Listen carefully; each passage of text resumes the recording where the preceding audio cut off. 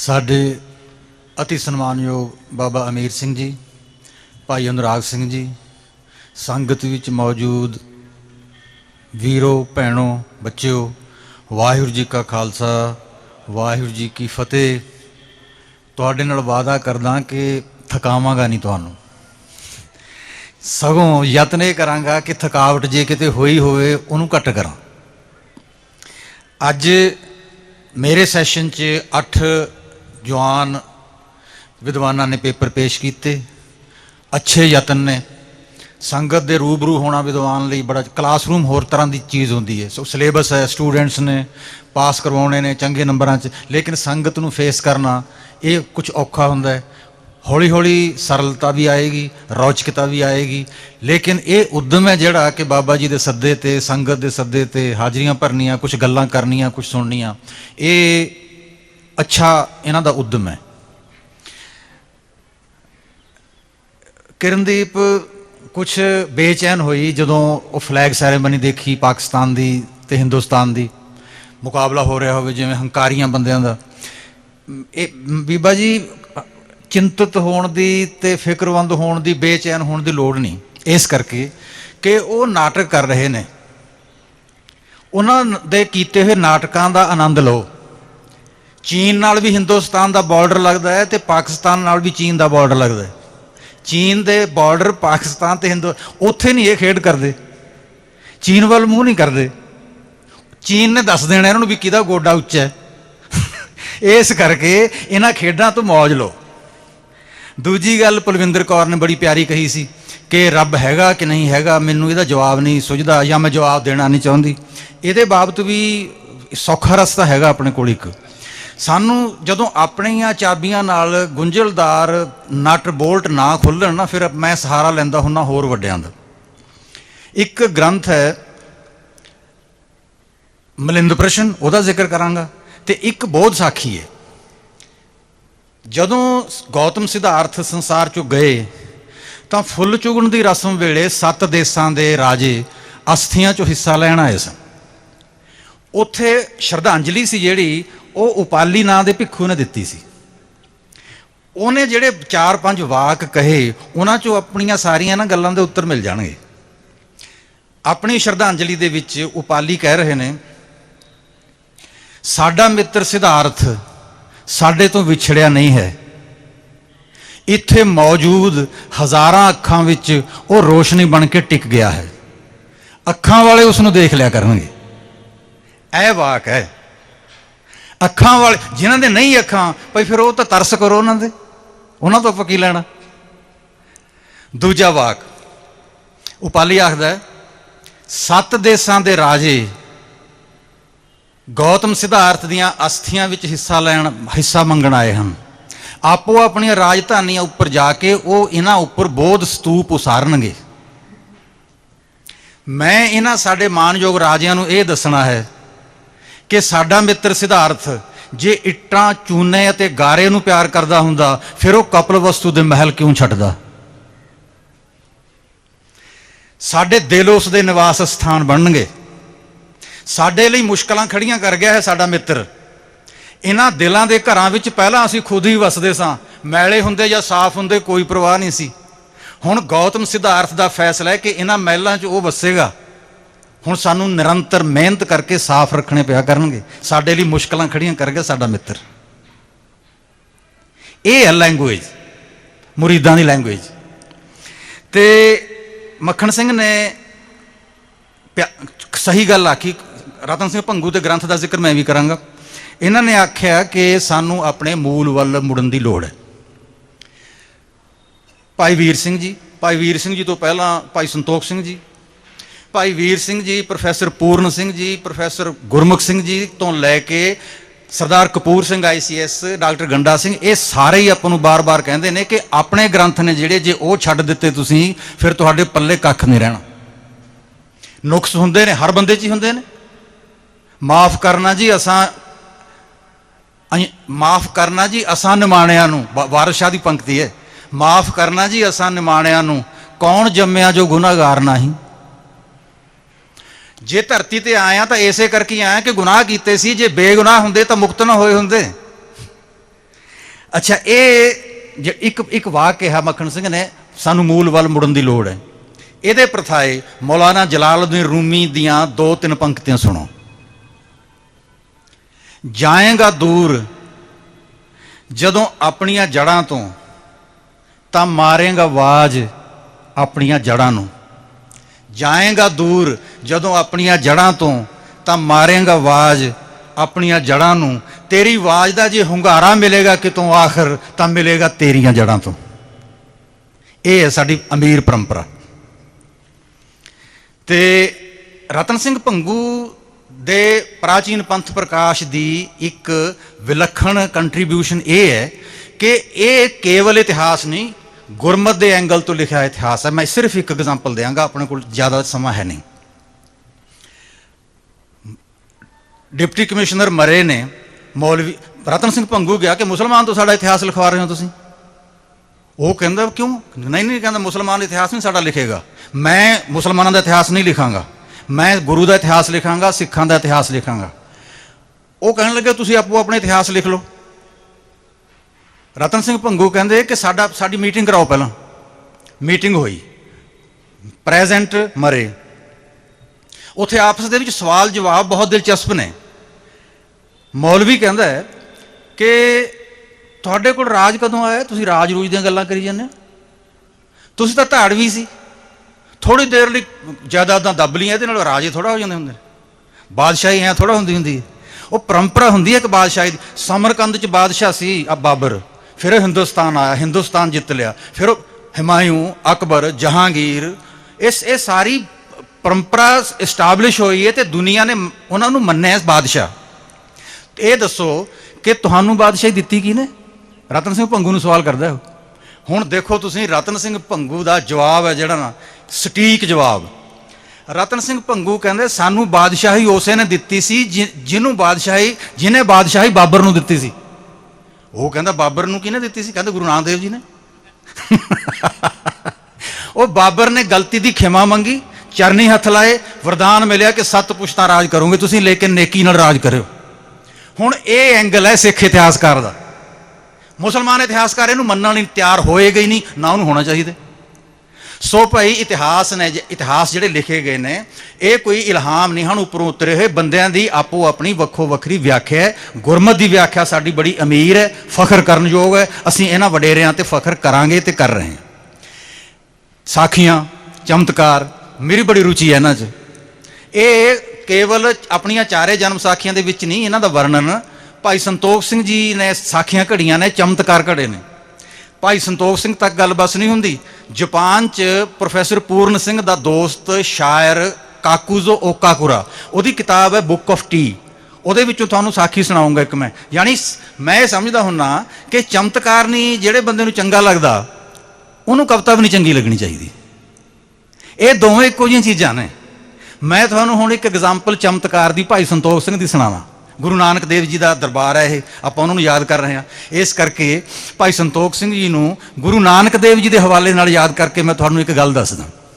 ਇਹ ਸਾਖੀ ਜਿਹੜੀ ਸੂਰਜ ਪ੍ਰਕਾਸ਼ 'ਚ ਹੈ, ਇਹ ਸਾਡੀ ਕਿਸੇ ਜਨਮ ਸਾਖੀ 'ਚ ਨਹੀਂ ਹੈ। ਇਹ ਕੁਆਇਨ ਕੀਤੀ ਹੈ, ਘੜੀ ਹੈ ਭਾਈ ਸੰਤੋਖ ਸਿੰਘ ਜੀ ਨੇ। ਭਾਈ ਸੰਤੋਖ ਸਿੰਘ ਜੀ ਦਿਖਾ ਰਹੇ ਨੇ ਕਿ ਹਰਿਦੁਆਰ ਗੁਰੂ ਨਾਨਕ ਦੇਵ ਜੀ ਬਿਰਾਜਮਾਨ ਨੇ, ਸੰਗਤ ਦਰਸ਼ਨ ਕਰ ਰਹੀ ਹੈ, ਬਚਨ ਸੁਣ ਰਹੀ ਹੈ, ਉਪਦੇਸ਼ ਹੋ ਰਹੇ ਨੇ। ਇੱਕ ਚਮਤਕਾਰ ਹੋਇਆ। ਮਾਤਾ ਗੰਗਾ ਜੀ ਨਦੀ 'ਚੋਂ ਉੱਠ ਕੇ ਮਹਾਰਾਜ ਵੱਲ ਤੁਰੇ ਆ ਰਹੇ ਨੇ। ਹੁਣ ਗੰਗਾ ਇੱਕ ਦੇਵੀ ਹੈ ਤੇ ਕਵੀ ਨੇ ਦਿਖਾਣੀ ਹੈ ਵੀ ਉਹਦੀ ਸ਼ਕਲ ਸੂਰਤ ਕਹੀ ਜੀ।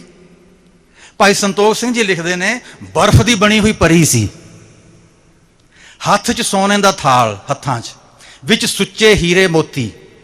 ਮਹਾਰਾਜ ਦੇ ਚਰਨਾਂ 'ਚ ਥਾਲ ਰੱਖਿਆ, ਮੱਥਾ ਟੇਕਿਆ, ਅਸੀਸ ਮਿਲੀ। ਮਹਾਰਾਜ ਪ੍ਰਵਾਨ ਕਰੋ ਸਾਡੀ ਭੇਟਾ।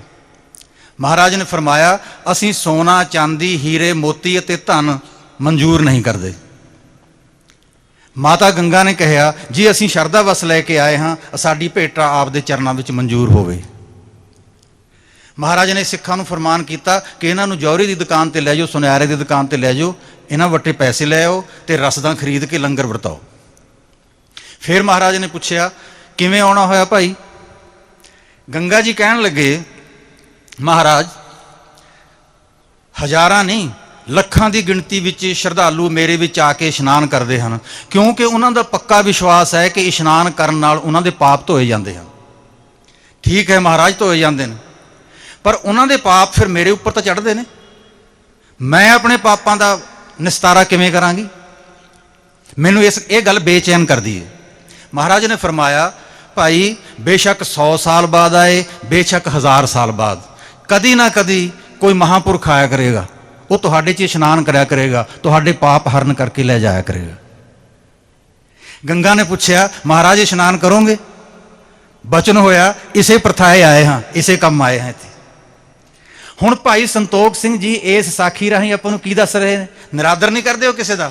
ਉਹ ਕਹਿੰਦੇ ਨੇ ਉਹ ਪੈਗੰਬਰ, ਉਹ ਗੁਰੂ ਸੱਚਾ ਪਾਤਸ਼ਾਹ ਜਿਹਦੇ ਕੋਲ ਗੰਗਾ ਜੀ ਆ ਰਹੇ ਨੇ, ਮੇਰੇ ਪਾਪ ਹਰਨ ਕਰੋ। ਹੁਣ ਗੰਗਾ ਜਾ ਕੇ ਤੀਰਥ ਇਸ਼ਨਾਨ ਕਰਨ ਦੀ ਲੋੜ ਨਹੀਂ, ਮਹਾਰਾਜ ਦੀ ਬਾਣੀ 'ਚ ਇਸ਼ਨਾਨ ਕਰੋ, ਉਹ ਆਪਣੇ ਪਾਪ ਹਰਨ ਕਰੇਗੀ ਬਾਣੀ ਮਹਾਰਾਜ ਦੀ।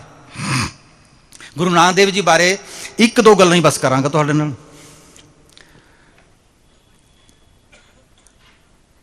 ਆਪਾਂ ਨੂੰ ਪਤਾ ਹੈ ਕਿ 25,000 ਕਿਲੋਮੀਟਰ ਪਲੱਸ ਯਾਤਰਾਵਾਂ ਆਉਂਦੇ ਨੇ ਉਹਨਾਂ ਦੀਆਂ। ਅਸੀਂ ਪੰਜਾਬੀ ਯੂਨੀਵਰਸਿਟੀ ਨੇ ਐਟਲਸ ਟਰੈਵਲਸ ਗੁਰੂ ਨਾਨਕ ਦੇਵ ਪ੍ਰਕਾਸ਼ਿਤ ਕੀਤਾ ਹੋਇਆ, ਸਾਰਾ ਏਸ਼ੀਆ ਕਵਰ ਕੀਤਾ। ਜਿਹੜੀ ਗੱਲ ਮੈਨੂੰ ਵਿਚਿੱਤਰ ਲੱਗਦੀ ਹੈ ਤੇ ਚਮਤਕਾਰ ਲੱਗਦੀ ਹੈ ਉਹ ਇਹ ਕਿ ਪਿੰਡਾਂ 'ਚ, ਸ਼ਹਿਰਾਂ 'ਚ, ਦੇਸਾਂ 'ਚ ਜਿਨ੍ਹਾਂ ਲੋਕਾਂ ਨੂੰ ਮਿਲੇ, ਜ਼ਿੰਦਗੀ 'ਚ ਪਹਿਲੀ ਵਾਰੀ ਮਿਲੇ ਸੀ ਤੇ ਜ਼ਿੰਦਗੀ 'ਚ ਆਖਰੀ ਵਾਰ ਵੀ ਮਿਲੇ, ਦੂਜੀ ਵਾਰੀ ਤਾਂ ਮਿਲ ਹੀ ਨਹੀਂ ਸਕੇ। ਉਹਨਾਂ ਤੋਂ ਬਾਅਦ ਪਿਛਲੇਰੇ 9 ਗੁਰੂ ਸਾਹਿਬਾਨ ਇੰਨੀਆਂ ਲੰਮੀਆਂ ਯਾਤਰਾਵਾਂ ਨਹੀਂ ਕਰ ਸਕੇ। ਗੁਰੂ ਤੇਗ ਬਹਾਦਰ ਸਾਹਿਬ ਆਸਾਮ ਤੇ ਬੰਗਾਲ ਤੱਕ ਗਏ, 10ਵੇਂ ਪਾਤਸ਼ਾਹ ਨਾਂਦੇੜ ਤੱਕ। ਲੇਕਿਨ 9ਵੇਂ ਪਾਤਸ਼ਾਹ ਨੇ ਜਿਹੜਾ ਰੂਟ ਚੁਣਿਆ ਸੀ ਆਸਾਮ ਬੰਗਾਲ ਦਾ, ਉਹ ਉਹੀ ਸੀ ਜਿਸ ਰਸਤੇ ਤੇ ਗੁਰੂ ਨਾਨਕ ਦੇਵ ਜੀ ਗਏ ਸੀ। ਜਦੋਂ ਕਿਸੇ ਨਗਰ ਜਾਂਦੇ, ਸ਼ਹਿਰ ਕੋਲੋਂ ਦੀ ਲੰਘਦੇ, ਸੰਗਤ ਬਾਹਰ ਆ ਕੇ ਮਿਲਦੀ, ਚਰਨੀ ਹੱਥ ਲਾਉਂਦੀ, ਮੱਥਾ ਟੇਕਦੀ ਤੇ ਇਤਰਾਜ਼ ਇਹ ਕਰਦੀ, ਮਹਾਰਾਜ 200 ਸਾਲ ਬਾਅਦ, ਇੰਨੀ ਦੇਰ ਬਾਅਦ ਦੀਦਾਰ ਹੋਏ। ਗੁਰੂ ਨਾਨਕ ਦੇਵ ਜੀ ਕੀ ਦੇ ਕੇ ਆਏ ਸੀ ਉਹਨਾਂ ਨੂੰ ਕਿ 200 ਸਾਲ ਤੱਕ 20 ਪੀੜ੍ਹੀਆਂ ਬਦਲ ਜਾਂਦੀਆਂ ਨੇ। ਜੋ ਯਾਦ ਹੈ ਮਹਾਰਾਜ ਦੀ, ਜਿਨ੍ਹਾਂ ਨੂੰ ਪਹਿਲੀ ਵਾਰੀ ਮਿਲੇ ਸਨ ਤੇ ਜਿਨ੍ਹਾਂ ਨੂੰ ਆਖਰੀ ਵਾਰੀ ਮਿਲੇ ਸਨ, ਉਹਨਾਂ ਦੇ ਦਿਲਾਂ 'ਚ 200 ਸਾਲਾਂ ਤੋਂ ਉਹ ਯਾਦ ਪਈ ਸੀ। ਫਿਰ 10ਵੇਂ ਪਾਤਸ਼ਾਹ ਨੇ ਜਦੋਂ ਖਾਲਸਾ ਪੰਥ ਪ੍ਰਗਟ ਕੀਤਾ, ਆਪਾਂ ਨੂੰ ਪਤਾ ਹੀ ਹੈ, ਉਹਨਾਂ ਥਾਵਾਂ ਤੋਂ ਹੀ ਆਈ ਸੀ ਸੰਗਤ ਜਿਨ੍ਹਾਂ ਥਾਵਾਂ ਤੇ ਗੁਰੂ ਨਾਨਕ ਦੇਵ ਜੀ ਨੇ ਚਰਨ ਪਾਏ ਸੀ। ਇੱਕ ਮੈਨੂੰ ਘਟਨਾ ਬੜੀ ਪਿਆਰੀ ਲੱਗੀ। ਭਾਈ ਲਹਿਣਾ ਜੀ ਜਵਾਲਾ ਜੀ ਦੇ ਉਪਾਸ਼ਕ ਸਨ, ਆਪਾਂ ਨੂੰ ਪਤਾ। ਕੱਲਾ ਉਪਾਸ਼ਕ ਨਹੀਂ, ਲੀਡਰਸ। ਪਹਿਲਾਂ ਪਿਤਾ ਜੀ ਜਥਾ ਲੈ ਕੇ ਜਾਂਦੇ ਹੁੰਦੇ ਸਨ ਹਿੰਦੂਆਂ ਦਾ, ਹਰ ਸਾਲ ਜਵਾਲਾ ਜੀ ਮੱਥਾ ਟੇਕਣ, ਦਰਸ਼ਨ ਕਰਨ। ਫਿਰ ਪਿਤਾ ਜੀ ਤੋਂ ਬਾਅਦ ਇਹ ਜ਼ਿੰਮੇਵਾਰੀ ਭਾਈ ਲਹਿਣਾ ਜੀ ਨੇ ਸੰਭਾਲੀ। ਇਹ ਜਥਾ ਜਾ ਰਿਹਾ ਸੀ, ਭਾਈ ਲਹਿਣਾ ਜੀ ਨੇ ਮਹਾਰਾਜ ਦਾ ਨਾਂ ਸੁਣਿਆ ਹੋਇਆ ਸੀ, ਕੁਛ ਬਾਣੀ ਦੀ ਵਾਕਫੀ ਸੀ। ਸੰਗਤ ਨੇ ਟਿਕਾਣਾ ਕਰਨਾ ਸੀ ਕਰਤਾਰਪੁਰ ਦੇ ਲਾਗੇ। ਇਹ ਕਹਿਣ ਲੱਗੇ ਕਿ ਤੁਸੀਂ ਭਾਈ ਆਰਾਮ ਕਰੋ, ਲੰਗਰ ਪ੍ਰਸ਼ਾਦਾ ਤਿਆਰ ਕਰੋ, ਰਾਤ ਦਾ ਆਪਾਂ ਟਿਕਾਣਾ ਕਰਨਾ ਹੈ ਤੇ ਮੈਂ ਕਿਤੇ ਜਾ ਆਵਾਂ। ਦੁਪਹਿਰ ਦਾ ਵਕਤ ਸੀ। ਉਹ ਕਰਤਾਰਪੁਰ ਨਗਰ ਚਲੇ ਗਏ ਤੇ ਮਹਾਰਾਜ ਦਾ ਘਰ ਪੁੱਛਦੇ ਪਛਾਣਦੇ ਘਰ ਪੁੱਜੇ। ਮਾਤਾ ਜੀ ਦੇ ਦਰਸ਼ਨ ਹੋਏ। ਪੁੱਛਿਆ, ਜੀ ਮੈਂ ਮਹਾਰਾਜ ਦੇ ਦਰਸ਼ਨ ਕਰਨ ਆਇਆ। ਮਾਤਾ ਜੀ ਨੇ ਦੱਸਿਆ ਕਿ ਖੇਤ 'ਚ ਨੇ। ਖੇਤ ਵੱਲ ਇਸ਼ਾਰਾ ਕਰ ਦਿੱਤਾ, ਇੱਧਰ ਚਲੇ ਗਏ। ਮਹਾਰਾਜ ਨਦੀਨ 'ਚੋਂ, ਮਹਾਰਾਜ ਝੋਨੇ 'ਚੋਂ ਨਦੀਨ ਕੱਢ ਰਹੇ ਸਨ। ਪ੍ਰਣਾਮ ਕੀਤੀ। ਮਹਾਰਾਜ ਕੁਛ ਬਚਨ ਸੁਣਨੇ ਸੀ। ਕਹਿਣ ਲੱਗੇ, ਹਾਂ ਸੁਣਾਵਾਂਗੇ ਬਚਨ, ਆ ਜਾਓ, ਨਾਲੇ ਕੰਮ ਕਰੀਏ ਨਾਲੇ ਬਚਨ ਕਰੀਏ। ਬਰਾਬਰ ਕੰਮ ਲਾ ਲਏ। ਪਸ਼ੂਆਂ ਵਾਸਤੇ 2 ਭਰੀਆਂ ਬੰਨੀਆਂ। ਭਾਈ ਕੀ ਨਾਂ ਹੈ? ਲੈਣਾ ਜੀ। ਭਾਈ ਜੀ ਇੱਕ ਭਾਰ ਤੁਸੀਂ ਚੁੱਕੋ, ਇੱਕ ਸਾਨੂੰ ਚੁਕਾਓ। ਭਾਈ ਲੈਣਾ ਜੀ ਕਹਿੰਦੇ, ਮਹਾਰਾਜ ਤੁਹਾਡੇ ਹੁੰਦਿਆਂ ਤੁਹਾਡੇ ਤੇ ਭਾਰ ਨਹੀਂ ਮੈਂ ਟਿਕਣ ਦੇਣਾ, 2 ਭਰੀਆਂ ਦੀ ਇੱਕ ਕਰੀਏ। ਭਾਈ ਲੈਣਾ ਜੀ ਭਲਵਾਨ ਸਨ, ਬਹੁਤ ਕੱਦਾਵਰ, ਤਾਕਤਵਰ। ਮੱਲ ਅਖਾੜਿਆਂ ਦੀ ਸਿਰਜਣਾ ਉਹਨਾਂ ਨੇ ਕੀਤੀ ਸੀ, ਖਡੂਰ ਸਾਹਿਬ। 2 ਭਰੀਆਂ ਦੀ ਇੱਕ ਕੀਤੀ, ਮਹਾਰਾਜ ਨੇ ਸਹਾਰਾ ਦਿੱਤਾ। 2 ਭਰੀਆਂ ਦੀ ਇੱਕ ਕਰਕੇ ਸਾਰਾ ਭਾਰ ਆਪਣੇ ਸਿਰ ਤੇ ਚੁੱਕਿਆ ਤੇ ਘਰ ਆ ਗਏ। ਉਹ ਕੰਮ ਵੀ ਕਰਾ ਰਹੇ ਸਨ ਨਾ ਪਾਣੀ 'ਚ, ਤੇ ਭਰੀਆਂ ਵੀ ਚੁੱਕੀਆਂ। ਨਵਾਂ ਲਿਬਾਸ ਪਹਿਨੇ ਅਸੀਂ ਮੇਲੇ ਜਾਣ ਵਾਸਤੇ। ਉਹ ਗਾਰੇ ਦੇ ਛਿੱਟੇ, ਗਾਰੇ ਨਾਲ ਲਿਬੜ ਗਿਆ ਜਿਸ ਲਿਬਾਸ। ਮਾਤਾ ਸੁਲੱਖਣੀ ਜੀ ਨੇ ਇਸ ਗੱਲ ਤੇ ਗੁੱਸਾ ਕੀਤਾ ਕਿ ਮਹਿਮਾਨ ਆਇਆ ਪਹਿਲੀ ਵਾਰ ਸਤਿਕਾਰ ਨਾਲ, ਮੇਲੇ ਜਾ ਰਿਹਾ ਸ਼ਰਧਾ ਨਾਲ, ਇਹਦੇ ਕੱਪੜਿਆਂ ਦਾ ਨਾਸ ਮਾਰ ਦਿੱਤਾ। ਗਾਰੇ ਨਾਲ ਕੱਪੜੇ ਕਿਉਂ ਲਵੇੜੇ? ਮਹਾਰਾਜ ਨੇ ਫਰਮਾਇਆ, ਭਲੀਏ ਜੋ ਤੁਹਾਨੂੰ ਗਾਰਾ ਦਿਸਦਾ ਹੈ, ਸੰਸਾਰ ਨੂੰ ਕੇਸਰ ਦਿਸੇਗਾ। ਇਹ ਹੈ ਤਾਕਤ। ਪਹਿਲੀ ਵਾਰੀ ਮਿਲੇ ਨੇ, ਲੇਕਿਨ ਪਹਿਲੀ ਵਾਰੀ ਆਹ ਦੋ ਬੋਲ ਨੇ ਜਿਹੜੇ ਮੇਰੇ ਲਈ ਮਹੱਤਵਪੂਰਨ ਨੇ। ਮਹਾਰਾਜ ਮੇਰੇ ਹੁੰਦਿਆਂ ਆਪ ਦੇ ਉੱਪਰ ਭਾਰ ਨਹੀਂ ਟਿਕੇਗਾ। ਇੱਕ ਇੱਕ ਬੋਲ ਹੈ ਜਿਹੜਾ ਉਹ ਕਈ ਕਈ ਵਾਰੀ ਪੜ੍ਹ ਕੇ ਸਮਝ 'ਚ ਆਏਗਾ। ਕਾਕੂਜ਼ ਓਕਾਕੁਰਾ ਦੀ ਸਾਖੀ ਸੁਣਾ ਕੇ ਤੁਹਾਡੇ ਤੋਂ ਖਿਮਾ ਮੰਗਾਂਗਾ। ਹਾਂ, ਇੱਕ ਮੈਂ ਓਕਾਕੁਰਾ ਦੀ ਸਾਖੀ ਤੋਂ ਪਹਿਲਾਂ ਇੱਕ ਬੀਬਾ ਬੈਠੇ ਨੇ ਇੱਥੇ ਸਤਿਕਾਰਯੋਗ ਸਰੋਤਿਆਂ 'ਚ, ਮੈਂ ਬੇਚੈਨ ਸਨ। ਬਾਹਰ ਮੇਰੇ ਨਾਲ ਗੱਲ ਕੀਤੀ ਉਹਨਾਂ ਨੇ, ਕਹਿੰਦੇ ਮੈਂ ਹਰਿਆਣੇ 'ਚੋਂ ਹਾਂ। ਕਿਸੇ ਬੰਦੇ ਨੇ ਮਹਾਰਾਜ ਦੀ ਬੇਅਦਬੀ 'ਚ ਕੁਛ ਲਫ਼ਜ਼ ਕਹੇ, ਇਹੋ ਜਿਹੇ ਲਫ਼ਜ਼ ਕਿ ਉਹ ਤਾਂ ਕਬੀਰ ਦੇ ਚੇਲੇ ਸਨ, ਜੇ ਕਬੀਰ ਨਾ ਹੁੰਦੇ ਤਾਂ ਗੁਰੂ ਨਾਨਕ ਦੇਵ ਜੀ ਨਾ ਹੁੰਦੇ। ਇਹ ਗੱਲਾਂ ਠੀਕ ਨਹੀਂ ਲੱਗੀਆਂ ਮੈਨੂੰ, ਤਾਂ ਮੈਂ ਬੇਚੈਨ। ਮੈਂ ਕਿਹਾ ਵੀ ਮੈਂ ਤਾਂ ਇਹੋ ਜਿਹੀ ਗੱਲਾਂ ਸੁਣ ਕੇ ਬੇਚੈਨ ਹੁੰਦਾ ਨਹੀਂ। ਨਾਲੇ ਮੇਰੇ ਮਨ 'ਚ ਆਇਆ ਕਿ ਸੰਗਤ ਨਾਲ ਵੀ ਆਪਾਂ ਸ਼ੇਅਰ ਕਰੀਏ ਇਹ ਘਟਨਾ, ਵੀ ਮੈਂ ਬੇਚੈਨ ਤਾਂ ਹੋਵਾਂ ਜੇ ਮੈਨੂੰ ਮੇਰਾ ਗੁਰੂ ਕਮਜ਼ੋਰ ਲੱਗਦਾ ਹੋਵੇ। ਇਹਨਾਂ ਵਡੇਰਿਆਂ ਬਾਬਤ ਨਿੰਦਿਆ ਚੁਗਲੀ ਕਰਨ ਨਾਲ ਇਹਨਾਂ ਦਾ ਕੁਛ ਨਹੀਂ ਘਟਦਾ। ਇੱਕ ਸਾਖੀ ਹੈ ਮਿਲਿੰਦ ਪ੍ਰਸ਼ਨ 'ਚ, ਬਾਦਸ਼ਾਹ ਮਿਲਿੰਦ ਪੁੱਛਦਾ ਹੈ ਭਿੱਖੂ ਨਾਗਸੈਨ ਨੂੰ, ਪੂਜਨੀਕ ਨਾਗਸੈਨ, ਤੁਸੀਂ ਸਾਰੇ ਆਖੀ ਜਾਂਦੇ ਹੋ ਕਿ ਗੌਤਮ ਸਿਧਾਰਥ ਵੱਡੇ ਸਨ, ਕਿਵੇਂ ਮੰਨੀਏ ਕਿ ਵੱਡੇ ਸਨ? ਨਾਗਸੈਨ ਨੇ ਕਿਹਾ, ਮਹਾਰਾਜ ਕਦੀ ਸਮੁੰਦਰ ਦੇਖਿਆ? ਅਨੇਕ ਵਾਰ। ਸਮੁੰਦਰ ਵੱਡਾ ਹੁੰਦਾ ਹੈ ਨਾ? ਹੁੰਦਾ ਹੈ। ਕਿਵੇਂ ਸਾਬਤ ਕਰੋਗੇ ਕਿ ਸਮੁੰਦਰ ਵੱਡਾ ਹੈ? ਬਾਦਸ਼ਾਹ ਨੇ ਕਿਹਾ, ਮੈਂ ਬਾਦਸ਼ਾਹ ਤਾਂ ਹਾਂ, ਮੈਂ ਦਾਰਸ਼ਨਿਕ ਨਹੀਂ ਹਾਂ। ਪੂਜਨੀਕ ਭਿੱਖੂ ਨਾਗਸੈਨ, ਦਲੀਲਾਂ ਰਾਹੀਂ ਤੁਸੀਂ ਸਾਬਤ ਕਰੋ। ਨਾਗਸੈਨ ਕਹਿੰਦਾ ਨਾ, ਨਜ਼ਰਾਂ ਤਾਂ ਭੁਲੇਖਾ ਬਾਦਸ਼ਾਹ ਕਹਿੰਦਾ ਕਿ ਜਿੱਥੇ ਤੱਕ ਨਜ਼ਰਾਂ ਜਾਂਦੀਆਂ ਨੇ ਸਮੁੰਦਰ ਹੀ ਸਮੁੰਦਰ ਹੈ, ਦਿਸਦਾ ਤਾਂ ਹੈ। ਨਾਗਸੈਨ ਕਹਿੰਦਾ ਨਾ, ਦਲੀਲ ਨਾਲ। ਨਜ਼ਰਾਂ ਤਾਂ ਰੱਸੀ ਨੂੰ ਸੱਪ ਸਮਝ ਜਾਂਦੀਆਂ ਨੇ। ਬਾਦਸ਼ਾਹ ਕਹਿੰਦਾ ਦਲੀਲ ਨਾਲ ਤੁਸੀਂ ਸਾਬਤ ਕਰੋਗੇ। ਨਾਗਸੈਨ ਕਹਿੰਦਾ, ਦੇਖੋ ਮਹਾਰਾਜ, ਜੇਠ ਹਾੜ ਦੀ ਰੁੱਤੇ ਸੂਰਜ ਦੀ ਧੁੱਪ, ਲੂਆਂ, ਨਦੀਆਂ, ਨਾਲੇ, ਝੀਲਾਂ, ਤਲਾਬ ਸਭ ਸੁੱਕ ਜਾਂਦੇ ਨੇ। ਸਮੁੰਦਰ ਉੱਪਰ ਘੱਟ ਧੁੱਪ ਤਾਂ ਨਹੀਂ ਪੈਂਦੀ? ਗਰਮੀਆਂ ਦੇ ਦਿਨਾਂ 'ਚ ਸਮੁੰਦਰ ਕਦੀ ਸੁੱਕਾ ਦੇਖਿਆ? ਨਹੀਂ ਨਾਗਸੈਨ। ਮਹਾਰਾਜ ਫਿਰ ਬਾਰਿਸ਼ਾਂ ਆਉਂਦੀਆਂ ਨੇ, ਚਮਾਸਾ ਆਉਂਦਾ, ਇੰਨੀਆਂ ਬਰਸਾਤਾਂ ਕਿ ਨਦੀਆਂ, ਨਾਲੇ, ਝੀਲਾਂ, ਦਰਿਆ ਉਛਲ ਜਾਂਦੇ ਨੇ, ਹੜ੍ਹ ਆ ਜਾਂਦੇ ਨੇ। ਸਮੁੰਦਰ ਉੱਪਰ ਘੱਟ ਬਾਰਿਸ਼ਾਂ ਨਹੀਂ ਹੁੰਦੀਆਂ ਤੇ ਸੈਂਕੜੇ ਦਰਿਆ ਸਮੁੰਦਰ 'ਚ ਡਿੱਗਦੇ ਨੇ। ਬਾਰਿਸ਼ਾਂ ਦੀ ਵਜ੍ਹਾ ਕਰਕੇ ਸਮੁੰਦਰ 'ਚ ਕਦੀ ਹੜ੍ਹ ਆਉਂਦਾ ਦੇਖਿਆ? ਨਹੀਂ ਨਾਗਸੈਨ। ਫਿਰ ਸਾਬਤ ਹੋਇਆ ਨਾ ਕਿ ਸਮੁੰਦਰ ਵੱਡਾ ਹੈ, ਸਾਬਤ ਹੋਇਆ। ਮਹਾਰਾਜ, ਨਿੰਦਕ ਬ੍ਰਾਹਮਣਾਂ ਨੇ ਗੌਤਮ ਸਿਧਾਰਥ ਦੇ ਖਿਲਾਫ ਲੱਖਾਂ ਗ੍ਰੰਥਾਂ ਦੀ ਰਚਨਾ ਕੀਤੀ। ਜਿੱਡਾ ਉਹਨਾਂ ਦਾ ਕੱਦ ਸੀ, ਨਿੰਦਕਾਂ ਦੇ ਗ੍ਰੰਥਾਂ ਸਦਕਾ ਉਹਨਾਂ ਦਾ ਕੱਦ ਘਟਿਆ ਨਹੀਂ। ਅਸੀਂ ਬੋਧੀਆਂ ਨੇ, ਉਪਾਸ਼ਕਾਂ ਨੇ ਉਹਨਾਂ ਦੀ ਸਿਫਤ ਸਲਾਹ ਦੇ ਵਿੱਚ ਲੱਖਾਂ ਗ੍ਰੰਥਾਂ ਦੀ ਰਚਨਾ ਕੀਤੀ, ਲੇਕਿਨ ਸਾਡੇ ਗ੍ਰੰਥਾਂ ਸਦਕਾ ਜਿੱਡਾ ਉਹਨਾਂ ਦਾ ਕੱਦ ਸੀ ਉਹ ਵਧਿਆ ਨਹੀਂ। ਗੁਰਬਾਣੀ ਕੀ ਕਹਿੰਦੀ ਹੈ? ਨਾ ਘਾਟ ਹੈ, ਨਾ ਬਾੜ ਹੈ, ਨਾ ਘਾਟ ਬਾੜ ਹੋਤ ਹੈ। ਸੋ ਇਹ ਬੇਚੈਨੀਆਂ ਦੀ ਲੋੜ ਨਹੀਂ ਹੈ ਆਪਾਂ ਨੂੰ। ਆਪਣਾ ਗੁਰੂ ਬੇਅੰਤ ਸਮਰੱਥ ਹੈ, ਬੇਅੰਤ ਵੱਡਾ, ਪਾਤਸ਼ਾਹਾਂ ਦਾ ਪਾਤਸ਼ਾਹ, ਤੇ ਅਸੀਂ ਕਿਉਂਕਿ ਉਹਦੇ ਬੱਚੇ ਹਾਂ, ਇਸ ਕਰਕੇ ਅਸੀਂ ਵੀ ਕਮਜ਼ੋਰ ਨਹੀਂ ਹਾਂ। ਕਾਕੂਜ਼ ਓਕਾਕੁਰਾ ਦੀ ਇੱਕ ਸਾਖੀ ਮੈਂ ਇਹ ਦੱਸਣਾ ਸੀ ਕਿ ਚਮਤਕਾਰੀ ਸਾਖੀਆਂ ਅੱਜ ਵੀ ਘੜੀਆਂ ਜਾ ਰਹੀਆਂ ਨੇ ਤੇ ਬਹੁਤ ਪਿਆਰੀਆਂ ਨੇ, ਪਾਪੂਲਰ ਨੇ। ਇਹ ਸਾਖੀ ਹੈ, ਇੱਕ ਅਧਿਆਇ ਹੈ, ਉਹਦਾ ਨਾਮ ਹੈ ਫਲਾਵਰਸ। ਕਾਕੂਜ਼ ਓਕਾਕੁਰਾ ਲਿਖਦਾ, ਕਹਿੰਦਾ ਫੁੱਲ ਧਰਤੀ ਨੂੰ ਤੇ ਮਨੁੱਖ ਨੂੰ ਪਿਆਰ ਕਰਦੇ ਨੇ, ਇੰਨਾ ਪਿਆਰ ਕਿ ਜਨਮ ਵੇਲੇ ਫੁੱਲ, ਵਿਆਹ ਵੇਲੇ ਫੁੱਲ। ਇਹ ਤਾਂ ਸ਼ਦਾਈ ਸਾਡੀਆਂ ਕਬਰਾਂ ਉੱਪਰ ਵੀ ਖਿੜਨੋਂ ਨਹੀਂ ਹਟਦੇ। ਦੂਜੇ ਪਾਸੇ ਆਦਮੀ, ਉਹਨੇ ਉਜਾੜਾ ਕਰਨਾ ਸ਼ੁਰੂ ਕਰ ਦਿੱਤਾ ਇਹਨਾਂ ਦਾ। ਇੰਨਾ ਉਜਾੜਾ ਕਿ ਕਈ ਨਸਲਾਂ ਤਾਂ ਸਦਾ ਲਈ ਖਤਮ ਹੋ ਗਈਆਂ। ਸ਼ਾਇਦ ਉਹ ਸਵਰਗ ਦੇ ਵਿੱਚ ਮਾਈਗ੍ਰੇਟ ਕਰ ਗਈਆਂ। ਪਰਹੈਪਸ ਦੇ ਹੈਵ ਮਾਈਗ੍ਰੇਟਿਡ ਟੂ ਹੈਵਨ। ਉਹ ਆਸ ਨਹੀਂ ਛੱਡਦਾ, ਖਤਮ ਨਹੀਂ ਹੋਇਆ। ਇੱਥੇ ਨਹੀਂ ਛੱਡੇ ਤੁਸੀਂ, ਕੋਈ ਨਹੀਂ, ਫਿਰ ਉੱਥੇ ਹੈਗੇ। ਫਿਰ ਲਿਖਦਾ ਹੈ ਕਿ ਇੱਕ ਫੁੱਲ ਸੀ ਜਿਹੜਾ ਮਨੁੱਖਾਂ ਨੂੰ ਪਿਆਰ ਬਹੁਤ ਕਰਦਾ ਸੀ, ਪਰ ਡਰਦਾ ਸੀ ਕਿ ਮੈਨੂੰ ਨਸ਼ਟ ਨਾ ਕਰ ਦੇ ਕਿਤੇ। ਉਹਨੇ ਰੱਬ ਅੱਗੇ ਪ੍ਰਾਰਥਨਾ ਕੀਤੀ, ਪਿਤਾ ਤੂੰ ਕੀੜੇ ਨੂੰ ਵੀ ਡੰਗ ਦੇ ਦਿੱਤਾ, ਦੌੜਨ ਲਈ ਲੱਤਾਂ ਦੇ ਦਿੱਤੀਆਂ, ਉਹ ਬਚ ਸਕਦਾ ਹੈ। ਆਦਮੀ ਦੀ ਦਰਿੰਦਗੀ ਤੋਂ ਮੈਂ ਕਿਵੇਂ ਬਚਾਂ? ਮੈਂ ਧਰਤੀ ਤੇ ਰਹਿਣਾ ਚਾਹਨਾ, ਆਦਮੀ ਨੂੰ ਦੇਖਣਾ ਚਾਹਨਾ, ਪਰ ਮੈਂ ਬਚਿਆ ਵੀ ਰਹਾਂ। ਉਹਦੀ ਅਰਦਾਸ ਪ੍ਰਵਾਨ ਹੋਈ। ਰੱਬ ਨੇ ਉਹਨੂੰ ਨਿੱਕੇ ਨਿੱਕੇ 2 ਖੰਭ ਦੇ ਦਿੱਤੇ। Butterfly is the flying flower. ਤਿਤਲੀ ਹੈ ਜਿਹੜੀ, ਇਹ ਉਹੀ ਉੱਡਦਾ ਹੋਇਆ ਫੁੱਲ ਹੈ ਜਿਹਨੇ ਅਰਦਾਸ ਕੀਤੀ ਸੀ। ਹੈ ਨਾ ਚਮਤਕਾਰੀ, ਹੈ ਨਾ ਨਜ਼ਮ। ਤੇ ਸਮਾਪਤੀ ਕਰਾਂਗਾ ਕਿ ਵੱਡਿਆਂ ਨੂੰ ਸ਼ਰਧਾਂਜਲੀ ਕਿਵੇਂ ਦੇਈਦੀ ਹੈ, ਇਹ ਆਪਾਂ ਸਿੱਖਾਂਗੇ ਜਿਨ੍ਹਾਂ ਨੇ ਸਾਡੇ ਵਾਸਤੇ ਸਾਹਿਤ ਦੀ ਰਚਨਾ ਕੀਤੀ। ਕਾਕੂਜ਼ ਓਕਾਕੁਰਾ ਨੇ ਇੱਕ ਕਵਿਤਾ ਲਿਖੀ। ਉਹ ਕਵਿਤਾ ਹੁਣ ਬੋਧੀਆਂ ਦੀ ਜਾਪਾਨੀ ਬੋਧੀਆਂ ਦੀ ਅਰਦਾਸ ਹੋ ਗਈ। ਬੋਧ ਮੰਦਿਰ ਦੇ ਵਿੱਚ ਬੁੱਧ ਦੇ ਬੁੱਤ ਅੱਗੇ ਪੂਜਾ ਕਰਨ ਵਾਸਤੇ ਕਾਕੂਜ਼ੋ ਓਕਾਕੁਰਾ ਜਾ ਰਹੇ, ਰਸਤੇ 'ਚ ਬਾਗ ਆ ਗਿਆ। ਮਨ 'ਚ ਆਇਆ ਕਿ ਫੁੱਲ ਤੋੜਾਂ ਤੇ ਉੱਥੇ ਭੇਟ ਕਰਾਂ। ਇੱਥੋਂ ਸ਼ੁਰੂ ਹੁੰਦੀ ਹੈ ਕਵਿਤਾ। ਜੇ ਮੈਂ ਇਹਨਾਂ ਫੁੱਲਾਂ ਨੂੰ ਛੂਹਾਂ ਤਾਂ ਝੂਠੇ ਹੋ ਜਾਣਗੇ, ਜੇ ਤੋੜਾਂ ਤਾਂ ਕੁਮਲਾ ਜਾਣਗੇ। ਹੇ ਭੂਤਕਾਲ ਦੇ ਬੁੱਧ, ਹੇ ਵਰਤਮਾਨ ਬੁੱਧ, ਹੇ ਭਵਿੱਖਾਂ ਦੇ ਬੁੱਧ, ਸਾਰੇ ਸੰਸਾਰ ਦੇ ਬਾਗਾਂ 'ਚ ਖਿੜੇ ਖਿੜਾਏ ਫੁੱਲ ਮੈਂ ਤੇਰੇ ਚਰਨਾਂ ਵਿੱਚ ਅਰਪਣ ਕਰਦਾ ਹਾਂ। ਇਹ ਹੈ ਪ੍ਰੇਅਰ। ਤੋ ਬਾਬਾ ਅਮੀਰ ਸਿੰਘ ਜੀ ਦਾ ਸ਼ੁਕਰਾਨਾ, ਭਾਈ ਅਨੁਰਾਗ ਸਿੰਘ ਜੀ ਦਾ ਸ਼ੁਕਰਾਨਾ, ਸੰਗਤ ਦਾ ਸ਼ੁਕਰਾਨਾ ਜਿਨ੍ਹਾਂ ਨੇ ਇਸ ਯੱਗ 'ਚ ਹਿੱਸਾ ਲਿਆ, ਮਹਾਰਾਜ ਨੂੰ ਯਾਦ ਕੀਤਾ। ਹੋਰ ਬੜੀਆਂ ਗੱਲਾਂ ਨੇ ਕਰਨ ਵਾਲੀਆਂ, ਪਰ ਸਮੇਂ ਦੀ ਬੰਦਿਸ਼ ਹੈ। ਆਪਾਂ ਜੇ ਹੋਰਾਂ 'ਤੇ ਬੰਦਿਸ਼ ਲਾਉਂਦੇ ਰਹੀਏ ਤਾਂ ਫਿਰ ਆਪਣੇ 'ਤੇ ਵੀ ਲਾਣੀ ਵਾਜਬ ਹੈ। ਇੱਕ ਮਜ਼ਾਕ ਸੁਣਾ ਕੇ ਜਾਨਾ ਤੁਹਾਨੂੰ। ਗੁਰਦੁਆਰੇ 'ਚ ਇੱਕ ਵਿਦਵਾਨ ਲੰਮਾ ਸਮਾਂ ਭਾਸ਼ਣ ਕਰੀ ਗਿਆ, ਬੱਚੇ ਰੌਲਾ ਪਾਉਣ ਲੱਗੇ। ਉਹ ਵਿਦਵਾਨ ਗੁੱਸੇ 'ਚ ਆ ਗਿਆ, ਕਹਿੰਦਾ ਬੀਬੀ ਉਹ ਬੱਚਿਆਂ ਨੂੰ ਚੁੱਪ ਨਹੀਂ ਕਰਾ ਸਕਦੇ ਹੋ ਤੁਸੀਂ?